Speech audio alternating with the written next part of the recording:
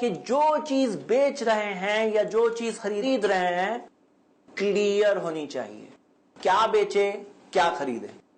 مثال کے طور پر اگر میں آپ سے کہوں کہ یہ میری جیب میں یہ کچھ ہے، 500 روپے میں خریدنا ہے، اب ہو سکتا ہے کہ 10 روپے کا ایک رومال نکلے گا، یا ہو سکتا ہے کہ کوئی قیمتی سی چیز نکل آئے گی۔ اسلام نے ایسے ٹرانزیکشن کو حرام بتایا ہے۔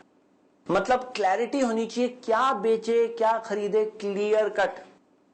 صحیح بخاری کی حدیث ہے، نبی صلی اللہ علیہ وسلم نے کہا، نہن نبی صلی اللہ علیہ وسلم عن بیع الغرر، نبی صلی اللہ علیہ وسلم نے غرر کے ٹرانزیکشن کو حرام کیا۔ ربا آج لوگوں کو معلوم پڑا ہے، غرر کیا آج بھی کئی اکثر لوگوں کو نہیں پتا ہے۔ غرر یعنی ایسی ٹرانزیکشن جس کے اندر کلیئرٹی نہ ہو، جس کے اندر کچھ تو دھوکا ہے، مبہم ہے، ان نون کچھ چیزیں ہیں، تو یہ چیز کو نبی صلی اللہ علیہ وسلم نے حرام کیا۔ وہ زمانے میں ایسے بہت سارے ٹرانزیکشن ہوتے تھے، اگر آپ صرف صحیح بخاری کے اندر کتاب البیوع کھولے تو لائن سے آپ کو حدیثیں ملے گی، غرر سے ریلیٹڈ حدیثیں۔ مثال کے طور پر ایک ٹرانزیکشن ہوتا تھا جس کا نام تھا حبل الحبلہ۔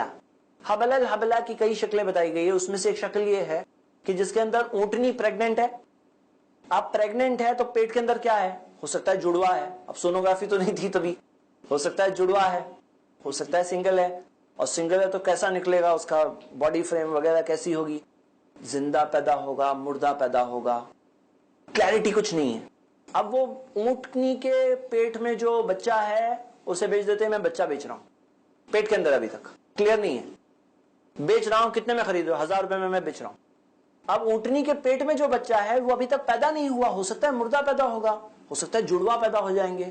کبھی کبھار ایسا بھی ہوتا تھا کہ کینسر کا لمپ ہوتا ہے جس کے اندر ایسا لگتا ہے کہ وہ پریگننٹ ہے، حالانکہ پریگننٹ ہی نہیں ہے۔ تو یہاں کیا معاملہ ہے کہ یہ کلیئرٹی نہیں ہے، نبی صلی اللہ علیہ وسلم نے ایسے ٹرانزیکشن کو حرام کیا، کیونکہ کلیئرٹی ہونی چاہیے، دھوکے کا کچھ معاملہ نہ ہو، جوئے کا کچھ معاملہ نہ ہو۔ یہ جوئے ٹائپ کا معاملہ ہو رہا ہے غرر میں۔